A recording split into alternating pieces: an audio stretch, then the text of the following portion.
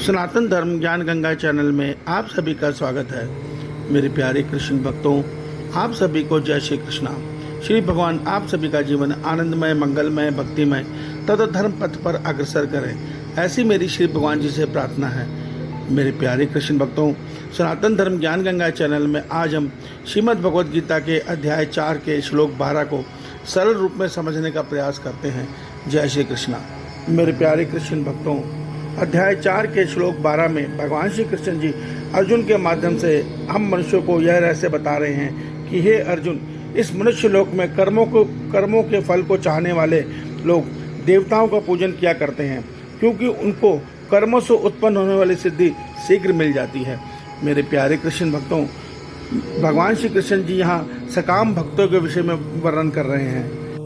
सकाम भक्त अर्थात फल इच्छा से कर्म करने वाले भक्त। मेरे प्यारे कृष्ण भक्तों, हम पहले ये सत्य समझ चुके हैं कि इस संसार में 3 गुण हैं, सत्य, रज, तम। जो मनुष्य राजस और तामस गुण के अधीन है, ऐसे मनुष्यों के कर्म और भक्ति सब फल इच्छा से होते हैं, क्योंकि वो मन से संसार के विषय भोगों में रमे होते हैं और उनको संसारिक सिद्धियां ही ईश्वर से ज़्यादा श्रेष्ठ लगती हैं। तो भगवान हमें यह रहस्य अध्याय 7 में बताते हैं कि जब मनुष्य फल इच्छा से कर्म करता है तो ऐसे मनुष्य की आस्था मैं अंतर्यामी परमात्मा अपने देवताओं में स्थिर कर देता हूँ। देवताओं की भक्ति और पूजन और उनके यज्ञ के द्वारा मनुष्य संसारिक इच्छाओं को शीघ्र पा लेता है। मेरे प्यारे कृष्ण भक्तों, मगर भगवान एक रहस्य हमें और बताते हैं आगे के श्लोकों में कि जो ये संसारिक सिद्धियां हैं ये भोग कर खत्म हो जाती हैं और इसका कोई स्थायी फल नहीं है। अर्थात जब मनुष्य निष्काम भाव से ईश्वर को पाने की राह में भक्ति करता है तो वो अक्षय परम पद अर्थात मोक्ष पा लेता है, जो सदैव के लिए होता है। मगर संसारिक कामना में की गई भक्ति से चाहे हम देवता पद पालें, चाहे हम ब्रह्मा जी का पद पालें या संसार की सबसे बड़ी सिद्धियां भी पालें, तो भी वो पुण्य छीन होने पे हमसे छीन ली जाएंगी और हमें दोबारा जन्म मरण चक्र में भेज दिया जाएगा।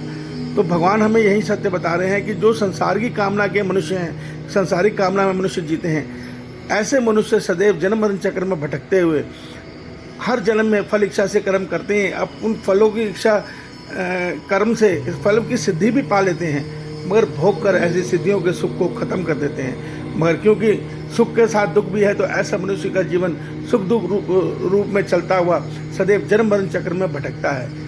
तो मेरे प्यारे कृष्ण भक्तों, भगवान ने यहाँ पे हमें 2 प्रकार की बातें बता दी। एक में हम निष्काम कर्म और निष्काम भक्ति करके ईश्वर को प्राप्त कर सकते हैं। दूसरा मार्ग है संसारिक सुख और संसारिक सिद्धियाँ, जिसमें हमारी इस जो मन की श्रद्धा है वो भगवान देवताओं में स्थिर कर देते हैं और हम देवताओं का पूजन और उनकी भक्ति और उनके प्रति यज्ञ करके अपने मन इच्छा फल पाते हैं और भोग कर ऐसे कर्मों को के फल को छीन खत्म कर देते हैं और फिर दोबारा से नए जन्म के चक्र में फंस जाते हैं। क्योंकि फल इच्छा कर्म से हमारा जन्म मरण चक्र कभी नहीं टूट पाता। हम पिछले जन्मों के कर्म फल को भोगते हुए अनजाने में फल इच्छा से जो कर्म करते हैं उससे हमारे नए कर्म फल एकत्र हो जाते हैं, जिसके कारण हमारा आने वाला जन्म तैयार हो जाता है। तो इस प्रकार ये जन्म मरण चक्र मनुष्य का कभी नहीं टूट पाता और मनुष्य लाखों महासर्गों से सदैव इस सृष्टि चक्र में जन्म मरण चक्र में भटकते हुए इसी प्रकार कभी ऊपर की योनि में कभी नीचे की योनि में भटकता है। ईश्वर आप सबका भला करे। जय श्री कृष्णा।